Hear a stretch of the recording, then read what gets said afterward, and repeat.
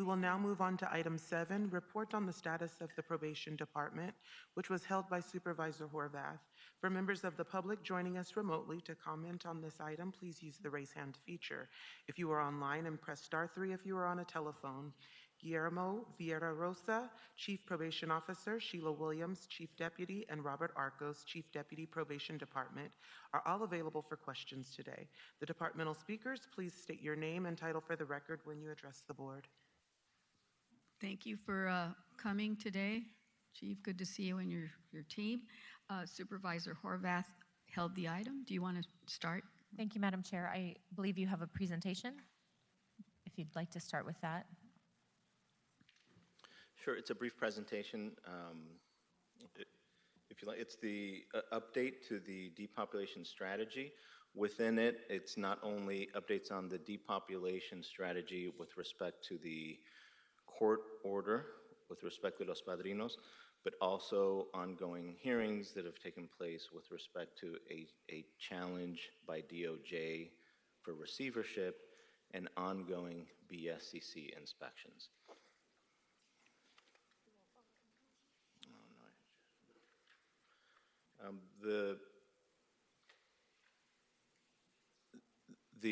The local court hearings with respect to the DOJ challenge are ongoing. We believe that we have concluded with respect to the staffing component. Much of what took place in those hearings had to do with whether there was sufficient staffing, whether we were meeting our staffing requirements, and we currently have an agreement with respect to the amount of staff at each of the facilities, and that was actually the impetus for the move of the majority of the field probation officers into the facilities so that we could meet that requirement that's close to 1,300 peace officers in order to provide 24/7 coverage. We expect that within the next few months that'll continue to be monitored and it will show our compliance with respect to that staffing. That will exceed the BSCC requirements for staffing, which will mean that we will be ready for reinspection at Los Padrinos by the BSCC, since one of the main reasons for our being found unsuitable was staffing. So we should look for that request for reinspection within the next quarter. Next in those proceedings will be use of force reviews and our application of use of force and the DOJ settlement with respect to that. If you turn to the next page, it gives a rundown of the depopulation plan, not in that court, but in the court that has the Los Padrinos case. Most of the phases with respect to that depopulation plan have occurred. It has not dropped us to the initial target, but it has had a downward movement. The only remaining component is moving more DD population into Dorothy Kirby, and that's predisposition youth.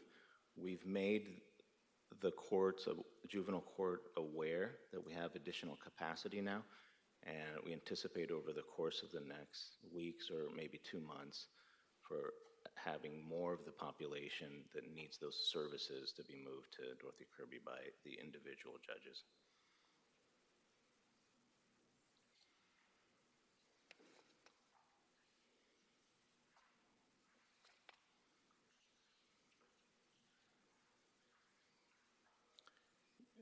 Campus Kilpatrick recently had a matter that was before the BSCC with respect to it having the necessary permits by the state fire marshal.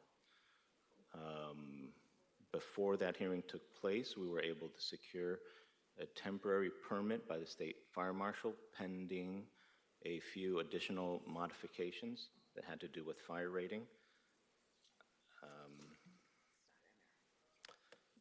One of those already took place on 4/22. It had to do with the intake and the windows. They had needed a certain fire rating. A further enhancement was made on the 25th that had to do with getting a fire-rated door that had a window on it that has already been installed. And we anticipate that tomorrow, the state fire marshal will do a re-inspection of those, and we'll have full clearance.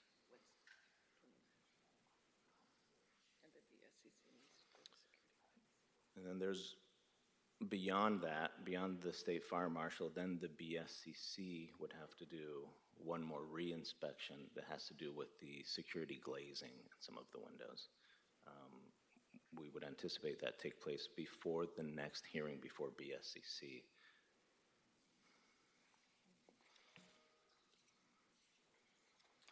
So maybe I'll leave it there, knowing that I'm sure you have specific areas. Thank you. I want to focus on Campus Kilpatrick in the 3rd District. The presentation indicates that instead of the specially trained DPO TNC positions at Dorothy Kirby, probation increased mental health programming hours for relevant youth at Campus Kilpatrick. So can you help to explain the difference? Because my understanding is that DPO TNC staff are in the unit throughout a shift like a regular DPO, but that the mental health services offered in the alternative are available via programming hours as clinically indicated. It sounds like apples and oranges. What's actually going on there?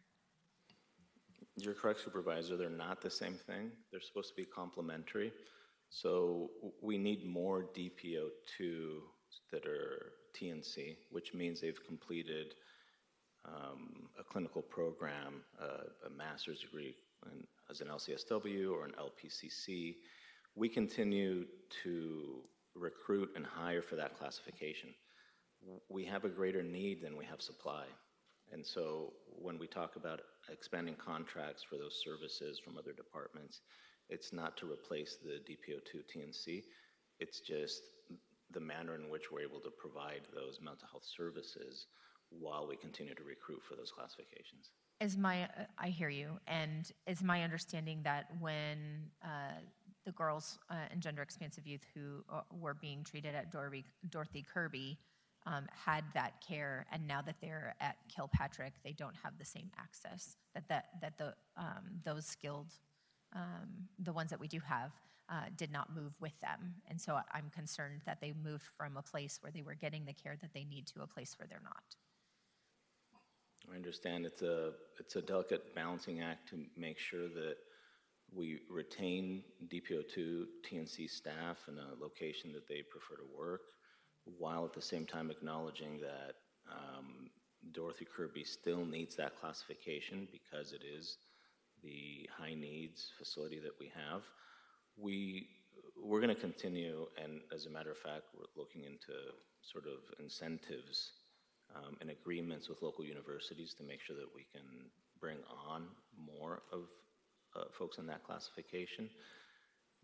But we do think that making these agreements or having DMH or having other services does sort of fill that need, even though if it's not exactly the same, and that ultimately we want them to be complementary. So I hear your concern, and we'll continue to see if we can be more creative in recruiting for that classification. Your presentation also says that a comprehensive staff training program is being developed to reinforce gender-responsive and trauma-informed care. What is the timeline for that, and why wasn't it in place before girls and gender-expansive youth were moved to Kilpatrick? So it did begin before they moved there, and we had the contractor that we have actually visit the site and begin that process. And that doesn't mean that there wasn't an orientation specific for the staff that work at that facility. I just want to make sure we're talking about two different things. One of them is that when staff were assigned to that facility, they took time ahead of beginning their work for an orientation that had to do with what is different about this facility, what is different about this population, what are the different policies, what is the different approach. That occurred. This is beyond that. This is something that we think is going to be the model for what we do in every facility, and that development is ongoing. Unit supervisors that now work at Kilpatrick meet with the professor to develop this. That work has continued, and so we're looking at over the next 45, 60 days for it to actually be implemented. So it's not that it stopped, it's simply that it, it had to take into consideration the actual needs once they arrived, the training of the staff after they were assigned there, the identification of the supervisors, and then it's collaborative between that university professor and our staff. We're aware of concerns that staffing at Campus Kilpatrick is not where it needs to be. Can you tell us what the current status of staffing is at Campus Kilpatrick and what the impact of has been of the most recent round of deployment or reassignments? So recently, more staff has been assigned to Kilpatrick based on that agreement with DOJ. We're now in a place where, you know, we're bordering on the number of staff being assigned there being more than's ever been seen for this type of population. That doesn't mean that there aren't some challenges from shift to shift. And I always say, you know, we put forth a perfectly thoughtful plan on exceeding the required numbers, but then it depends on employee behavior. And so the numbers that we have implemented should have us at times quadrupling the amount of folks that are needed there, but it still is dependent on who actually shows up for shift. What's different now is that now we've inundated the place with a different classification, which is supervisors. So the expectation is that they will be able to manage how the number of staff that we have present are actually utilized. It's been clear to me in reviewing some of the failures that we've had in the past that there were enough staff there. They were in the wrong place of the facility.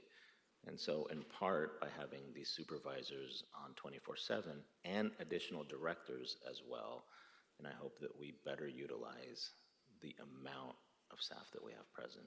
I think it's helpful that your recognition of the role that supervision can play in helping to address those concerns. The number of girls in gender-expansive youth has often been over 50 in the last couple of weeks, and that's been contrary to the board's previous direction to prioritize decarceration. So how many people in the department are specifically tasked with working to decarcerate youth, whether that means recommending release, alternative placements, or any other solution that does not involve detention, and how many staff that you have reassigned or deployed have been tasked with working primarily on decarceration, alternative placements, or diversion? I'd have to come back to you with that number. We certainly have dedicated staff to make sure that we are looking at every possible opportunity after a girl comes into custody. But in order to give you a more precise answer, let me go back and see all the folks that we have that touch that area and are specifically dedicated to it. Yeah, because my impression is that there are very few people assigned to that duty, and so it's not that it's not happening, it's just at the capacity that's needed, there aren't enough people to be able to process that work. And as a result, people are being assigned to this facility when a different placement may be possible, and it's delayed, and it's causing them to be in a placement that isn't the right place for them. Yeah. I see you want to respond. Good morning, Robert Arcos, Chief Deputy Operations. I just wanted to share also that we are engaged in active conversations with OYCR on getting technical assistance from them, from not just OYCR, but with their consultant that they use, Just Solve, as a technical assistance as well, to help us to take a look at some of the things that we are doing and things that we can look at creatively and innovatively that are going around not only in the state but nationwide. And then internally within the department, our placement services has the responsibility of doing that as well. We have an incredible acting senior director, Suzanne Lyles, that's looking at this for us, and then we work with Catherine Bay, our director, and Kim Binion very closely on that. And part of the shaping of what the chief asked us to do with CVK and DKC is that we needed the direct oversight of a superintendent at CVK. There was no question. Kim Binion is really specialized in both the aspects that are needed at DKC and at CVK, but having her directly there now really gives her a full-time look into all the needs there at CVK, and Tracy Novak will be moving to DKC, which is another, again, a strong superintendent within the department. Thank you. I know that you're looking to cover, where you need staffing up and to make sure that we're addressing all of the multiple challenges that the department is facing. So I hear that. I think one of the ways that we can help alleviate some of the issues that we're addressing is through decarceration. And so to the extent that we have staff assigned to that, I think that happens more quickly. And I think you've demonstrated your ability to find alternative placements. My last question has to do with, your work in this space. I understand that there is another pregnant youth in custody. So what are you and your team doing to expedite this young person's movement to an alternative? Because I know that you've had success in the past doing that. So the staff has really dedicated themselves to making sure that an alternative is recommended to the court when appropriate. With this specific population with high success, where they're only staying with us before an adequate placement is approved, maybe 4 or 5 days, we're going to have exceptions when the judge continues to remand the person to our custody. And so our focus is simply on giving options to the court, understanding that ultimately they have that discretion. And we may be in that situation now, which is essentially we can't talk about specific cases, but we have young girls, even if they're pregnant, that are specifically remanded by the court. We're asked to bring into custody. So it was intentional from the onset because of something that happened in the community. But our commitment is to continue, as long as they're in our custody, with finding an alternate placement and providing that to the court. I'm intrigued by your question with respect to how many people we have dedicated to it, and it's sort of triggered an assessment by me, because it shouldn't be a lack of resources, and I know it's not. I mean, just to give you an example, if CVK has an average population of 50, between superintendent and directors and supervisors, we're probably closer to 12 entire people that are dedicated, and that's just supervisors. That's not even the folks that are providing direct supervision. So I know we have capacity to prioritize this, and I want to go back and make sure that we haven't missed something there, because I know that I have the commitment from my staff, specifically when we have a pregnant youth, that they work nonstop until they find a place, if appropriate. That doesn't mean the court is going to concur. But if we've missed something and we could be doing more towards that decarceration, we're certainly going to go back and look at that. I appreciate that, and I just raise it because I know you have had success in this arena, and I think that has really spoken to, when there's been that commitment, the change that you've been able to deliver. And I think it's difficult to comprehensively address some, the issues that we're dealing with throughout the system without having fewer youth in custody, because I know that's been a challenge as we've been trying to figure out how we have the balance across all of our different facilities.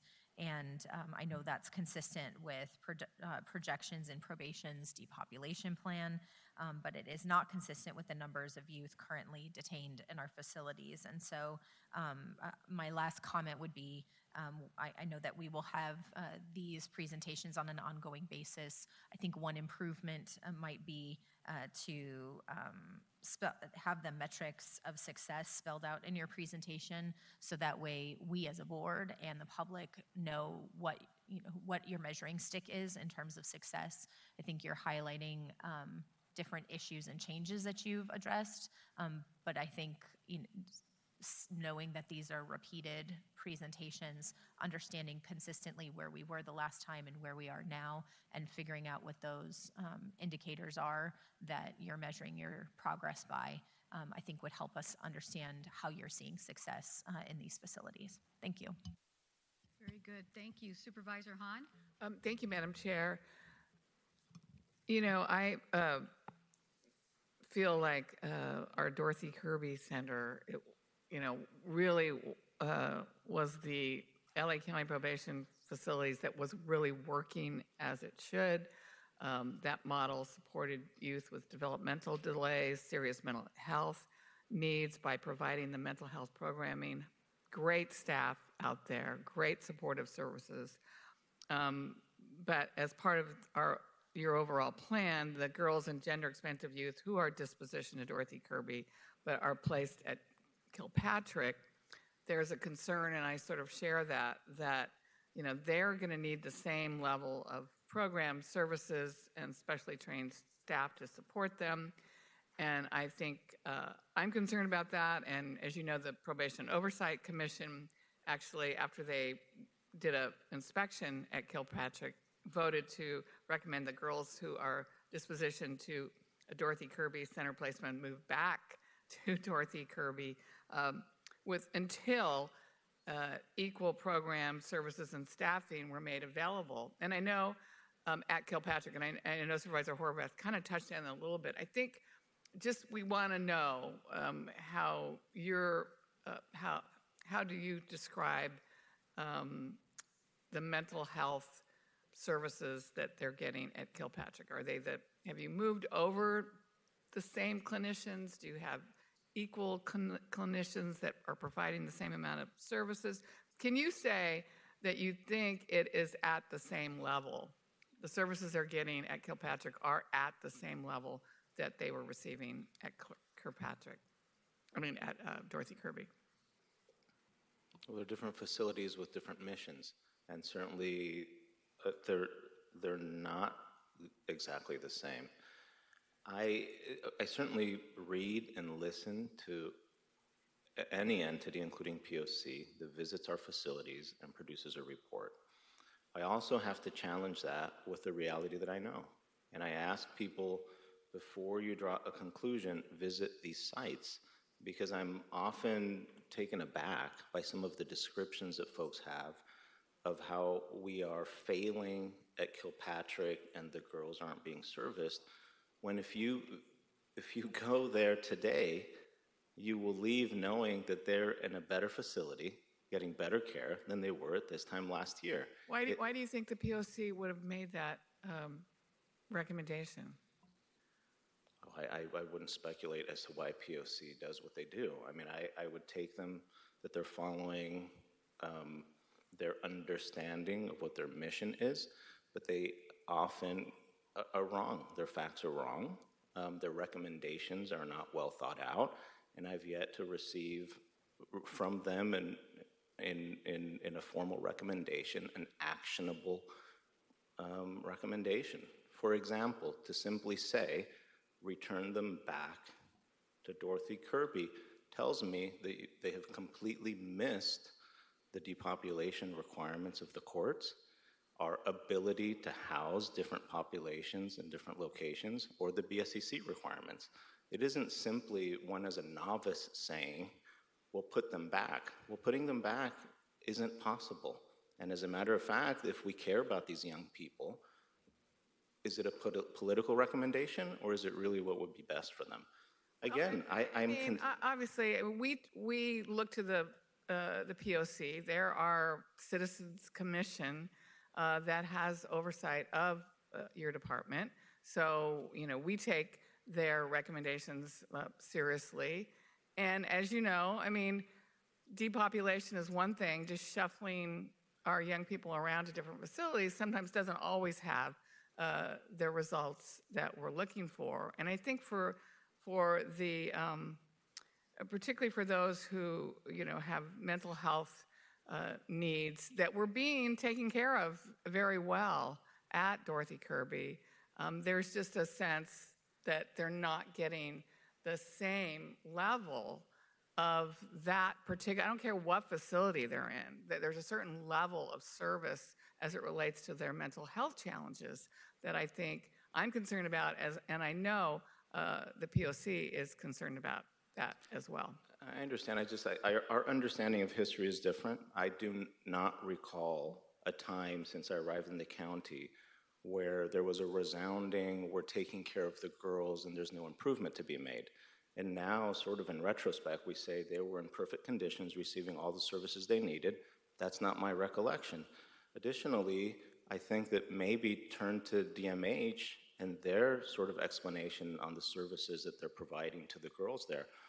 One, it's a leap from me to say that simply because we're housing gender expansive and girls that they have more mental health needs. I think that we treat our folks as individuals and they have different needs, but set that sort of personal view of mine aside and simply look at the additional services that DMH is providing specifically to them that goes above and beyond what they're doing at other facilities. So I think that the county... I will say I thought Dorothy Kirby was a good model, and I think that was shared by a lot of people, that model, specifically as it related to the girls who had mental health needs, were being taken care of there. I think that just the concern is, yes, it's a new facility, and maybe this facility has different needs, but we just want to know that, are they getting the same care as it related to their mental health challenges as they were at Dorothy Kirby. And our POC visited in February and made the conclusion, the observation that they weren't. So I'm just bringing that up to, we just want to be assured, that this is happening. Thank you, Supervisor. Sheila Williams, Chief Deputy Administration. So in response to your concerns, as well as those from the court, DMH put together an 8-page matrix outlining all the services that the youth female populations are currently receiving at CVK. We'll be more than happy to share that information with you. And then next time, we'll make sure that DMH is available to answer your question regarding the services they provide to our youth in their care. Right. And, and make sure you share that with POC too. We want a better collaboration between your department and the POC. So there is more communication, there's more understanding. So, we don't maybe have conflicting positions, and you have a better understanding of why they say things, why they recommend certain things. Because for you to say you have no idea how they come to the conclusions is distressing to us, to me. I don't know how we could better collaborate with POC. I think that we disagree. And so that when they make a recommendation that purports that if we were to make a change in intake, we would have 100 less population, they were simply wrong. And I am sure from time to time, probation will be wrong on a policy and we will take advice and change it. But I don't think it's because of a lack of collaboration. And I am not in a position to speculate as to why they draw the conclusions that they do. What I can do is read their reports, collaborate with them, and we have areas in which we disagree. I mean, that's fine. I just, want you to at least have an understanding of why they would make a certain recommendation. That's all. You may disagree with it, but at least to understand what their thinking was, what their process was to make a certain recommendation. That's all I'm asking. Yeah, and as Supervisor, I think we have a DMH representative here. Hi. Good morning, everyone. Remy Hundal, Chief Deputy from DMH. I just wanted to add that we have hired 11 dedicated clinicians, 2 mental health clinical supervisors, 1 full-time board-certified child and adolescent psychiatrist, 1 case manager, and a program manager, too, who also supervises the East camps. And we're continuing. We have also added more vacant positions to support CVK. So you're aware, Remy, hi, Kyla. You're aware of the services that were provided at Dorothy Kirby. I mean, Kyla, you and I visited Dorothy Kirby together, and we were very impressed with the staff, with the services. So could you say now, either one of you, that it is equal to what they're getting at Kilpatrick is equal to their environment at Dorothy Kirby? Hi, everyone. I'm Kyla Coates, Senior Deputy Director of Reentry at DMH. And I would say we can only speak to the DMH services that are being provided. And we have worked very hard to staff up at Kilpatrick. And we now have 11 clinicians there, which we do believe is robust right now, but we cannot speak to any of the other programming. No, I think that's what we were speaking. That's what we're talking about is their mental health. And how many clinicians were at Dorothy Kirby? At Dorothy Kirby right now, there are 6 Oh, how many were clinicians. there when we all thought it was working well? Yeah, around 6. Oh, around 6. Yeah. Okay. So you would say the services are Right double. now, Yeah. I would say Okay. yes for the clinical services being served by DMH. okay. But that doesn't account for all the other services. No, that's not what we're asking. We're asking Yes. about mental health. Okay. Thank you for that. Thanks. So back to Guillermo. We heard somebody came and kind of scolded us during public comment about the lack of field officers in the community, and we understand, what all the movement was about. What do you say to our field officers and maybe the community who are hearing that there's a lack of officers out in the field for community supervision, and how does that impact various communities? Is our public safety at risk? You've heard all the concerns. What is part of your plan to solve that problem? We're going through a very painful period, in part because our staff is having to adjust to the fact that they're moving to work in juvenile facilities. The commitment that I have made, and I have tasked our Deputy Director over Field Operations, Mr. Wolfsgruber, is to make sure that from the moment that we diverted staff to the facilities, this last move, that within a year, that we will look back and we will actually have had more field services with less staff. And so I want to make it very clear to folks that simply because I'm moving people into the facility, at no point have we said that there would be less contact with probationers in their homes. What's changing is where the point of service is taking place. We're changing our model. And so we have less officers available in the offices, so we can't make probationers come to the offices to meet with officers because they're generally not there. But we've moved to a model in which we have field officers that are tasked with going to the homes of probationers and meeting with them and providing services. So I've taken this challenge and say, look, we're actually going to, at the end of these 12 months, have more contacts with probationers in their homes and their place of employment and the place where they're needed rather than in offices. This is painful. It's a completely different model than what LA County has been using, and it's particularly painful for employees who have had a different role in a different place in offices. This isn't simply because we're short-staffed. This is a change in the model that should have happened a long time ago because it serves the population that we have better rather than making them come to sterile offices without understanding that there are challenges with public transportation, there are challenges with being able to take time off, there are challenges with getting daycare, and that in fact, when we have a probationer, we're serving the entire family, and if we're not interacting with them, that we're unable to do that properly.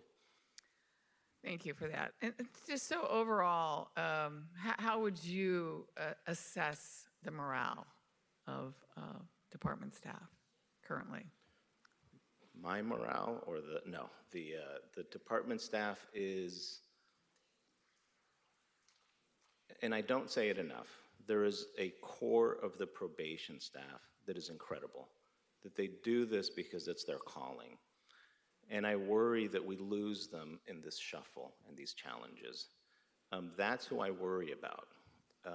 Oftentimes, when we talk about wellness programs, I get concerned because I also know that there's a portion of our staff that is either incapable or unwilling to do the job that probation calls. I'm less concerned about their morale. I'm concerned about the staff that have been doing double duty, that have been really pulling the work of their peers. And I don't want to lose them in this because I want them to know that these restructures are for a reason, for a purpose, and that on the other side of this, we're going to have a department that is better situated to provide the services we're tasked for, and that has better tools for our employees to actually carry out those. So I think that we're in a particularly difficult moment because of all of the staff that has to go into the facility, but I see pockets of hope where staff see that there is a future, that this isn't forever. I'll go back to the field component. We now have a section of our staff that's dedicated to do home visits. I think they see the future of the department, they see where we're going, and that in all likelihood, they have a better perspective as to, there's daylight on the other side of it. Part of the DOJ plan calls for a wellness program that I think now has been approved. And so there is an entire component of what we're doing that is specifically dedicated to that wellness component of staff that maybe someone else can speak to. But it is a priority for us. Yeah, okay, thank you.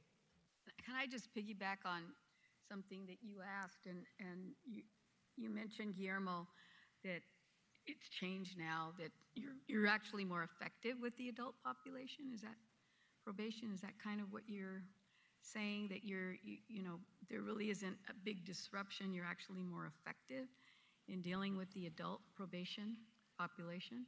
I think that to follow up on what Supervisor Horvath said, when I come back to you and I tell you, look, these are the points of measure, I think that perhaps it would be useful to show the amount of interactions we're having with adult probationers as well. As much as what we've discussed is juvenile, but to see sort of point of service on the adult side, even though we have less staff, how we've reimagined it, maybe we come back and show you our sort of bill of health there.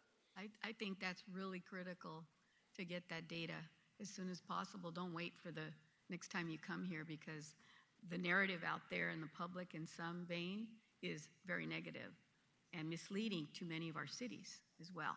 And I think we've talked about that before, but anything you can provide would be essential. And I won't take up all my time now because I want to go to the other members, but I do recall when I did represent Commerce and Kirby, and in my different visits there, I was always impressed with the staff, the teaching staff, the medical staff, and the probation staff that were there. There was just a different mindset, and people were very caring to the young women. And that's who I visited, the young women in the cottages and all that. And it's just a different model, but I understand that you couldn't make an adjustment so quickly for Kilpatrick, but now that you have more mental health individuals there now assigned, I want to ask the staff, when did they get assigned? When did that happen, just in terms of time? Can you? So it's been since December. So from December to March, we've seen an increase in 37% in terms of staff clinical hours with our youth at Kilpatrick specifically. So it's really been the last 4 months. 37% as opposed to nada? Or what? I can That get still those numbers seems for low. you. But I think those are types of information, the quality, all of that, that's going to be very helpful. The metrics, as was said by my colleagues. I think that's going to be very critical because you ramped up, which is great. Now what are the results? And I get it, they're new staff, so they have to get to know the clients, right? Because those clients may be there for more than just 4 months, right? So that's got to take place. Okay, I won't ask any more. I'll go now to Supervisor Mitchell. Thank you, Madam Chair. As I've listened to the conversation, I don't know that I'm as interested in a laundry list of services or a number of practitioners hired. That's quantity. I think I'm interested in quality. And so, as I've said to other department heads, and I think it's a discipline the entire county needs to engage in consistently, it's establishing metrics to allow us to all universally measure success. So I hear your frustration, but you would probably be better able to explain or help people see what you see if you tell us and establish metrics up front, share with us that data, so it wouldn't be about individual perceptions of reality. We could all look at a common set of metrics that we either hit the target or we don't. So I've said it to other department heads. I just think that that's important. I think as Supervisor Horvath mentioned, you know, whether it was better before or not, the reality is the girls are there, and our goal is making sure that their mental health is improving based on X number of whoever you've hired to do whatever. So I don't know if that's mental health that needs to establish the metrics, if that's you that needs to establish the metrics, whether that's a collaboration, but I think that's how whoever perceives it, supervisors touring, probation oversight, if we see metrics that are established and we know whether they're being met or not, that could really help, I think, provide some consistency in terms of what you report, and we know whether it's working or not. Simply increasing the number of practitioners, that doesn't tell me much.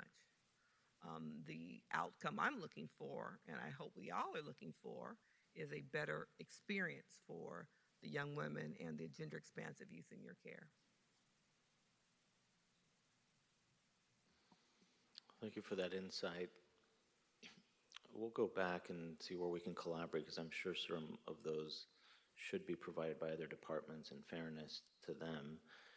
And you're right, much of what we present and we measure has to simply do with, did we move X? Did we provide these meals because they're required? Did we see somebody within 2 hours? It doesn't speak to quality or outcome necessarily.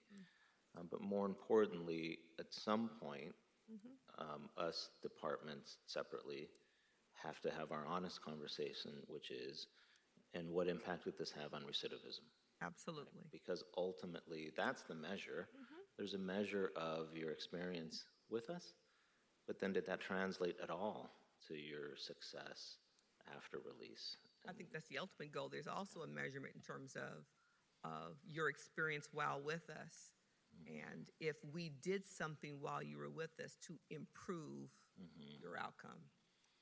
I agree, and you know, it seems like every time I come forth, I'm pitching a case management program, but I think we've mentioned in the past that that's a place where we capture, we think these are your needs, these are all of the things that we did to give you opportunities to expose you to, and then really putting that in a format that we can all share and people can see with respect to each individual that we provide services to might go a long way. Looking at your slide on the alternative placements, and we've asked pretty consistently about girls and gender expansive youth. Correct me if I'm wrong, when I look at the alternative placement slide, I don't, where do girls and gender expansive youth fit in here in terms of these placement options? Because does Pine Grove provide services to girls? That's unfortunate. Do any of these? I don't think Boys Republic does, based on their name. Supervisor, we do have some alternative beds for the female population under our ramp. Okay. I don't have the total number of beds available, but it's ran by Empower House. I think I'm saying it wrong. Okay.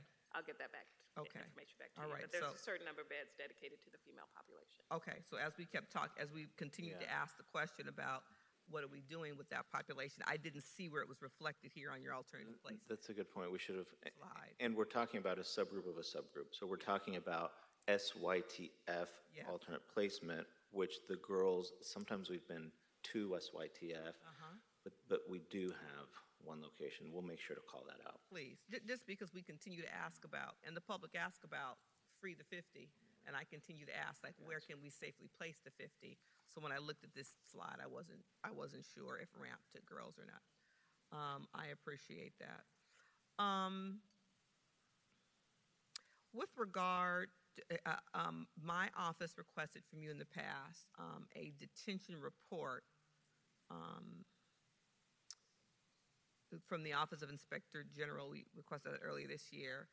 And we've since met with your department, oversight, and OIG to reinforce the expectation that you will continue working with those two entities, OIG and POC, to advance implementation of the OIG's recommendations. Again, this is around the detention report. So could you please provide an update on the current status of implementing those specific recommendations? Don't know. We've accepted all of the OIG's recommendations. I think at last week, 4 of those had already been implemented, but I'd have to actually refresh my memory on. Supervisor, one of the recommendations that was actually just cited in court on Friday with Judge Espinosa is that the LADS report is going to be included in our reports to the court, so they can see the scores on that as well. So those were all part of the OIG recommendations, and the acting executive director, Eric Bates, did acknowledge that at a recent cluster that we had adopted all of his recommendations in that recommendation. Yeah. I appreciate that. And I'll just close where I started, really encouraging you to figure out how to develop and identify metrics that actually evaluate the impact of the, as you argue, increased mental health programming hours, really so that we can ensure that the services are actually meeting the mental health needs of the young people in our care. Developing those metrics and steps will allow us all to track it and know whether we hit the target or not. Thank you, and thank you, Madam Chair. Thank you. I wanted to just ask a few questions. And for Guillermo, how are negotiations and things moving forward with our union partners? I doubt that CEO would want me to answer affirmative or negative, but what I can say is we continue to meet. Meet and confer, CEO? Yeah, we have a couple items in the fire with probation unions. One is the item 7, which was continued today regarding the civil service rule changes on an emergency basis. We have had an initial set of meetings. We will commit to another round of meetings before that 60-day mark. We're back in front of the board. And then we have our tables for the next MOU cycle. Those are progressing. I think I would describe one of those tables as fairly far along and the other 2 as just starting out. So we are in active discussions with the unions. I would just add that labor and the county have very different approaches to this MOU cycle. So we hope to be able to bridge some of our different opinions on how to help the department and reach an agreement that benefits both the union and the county. Well, that's good to hear. I want to encourage all parties, labor and management, yourself, to meet and confer. And I know it's going to be difficult. He's moving ahead, but the sooner we at least can agree to meet and do the right things from there, I think things may work out. If I could add, because it's really 2 separate things. One of them is the ongoing negotiations with respect to labor contract, and then the daily operations and meeting with labor. Those have continued in a robust. There's no lack of availability and especially with respect to 685, they have a new board, and they seem very willing to Have you meet met with them? us. Have you met with them? I have, yourself? yes. How's that gone for you? I'm always encouraged when new folks sort of raise their hand and say, I want to be part of the solution. And so, again, we meet frequently. Good. I'm glad to hear that. My colleagues have asked a lot of great questions already, and I too am concerned about making sure that we take care of the 54 youth that are in our custody, the girls, females, right, at Camp Kilpatrick, and just trying to get that right. I agree it is a fantastic facility, but it's counts more what's inside, the quality. So, and my colleagues have said that, and I agree with that. I think the other thing colleagues have already asked about is the decarceration and how quickly we're moving in that direction. And again, it goes to beds, what's available outside in the community. And I think making a robust effort there can be helpful moving ahead if we really are intent on depopulating all of our young people where it makes sense. But more importantly, with the girls, and especially when we have a youth that is pregnant. So I'm not sure how you can influence the court process, but I would think that there are attempts that could probably be made there. And that way we don't have to have this ongoing discussion. So, okay, that's all I have, unless you want to, any closing remarks on your part, Probation? No, we thank you for your time. Take your suggestions, and we'll be back with metrics. Thank you. Okay, thank you. Very good.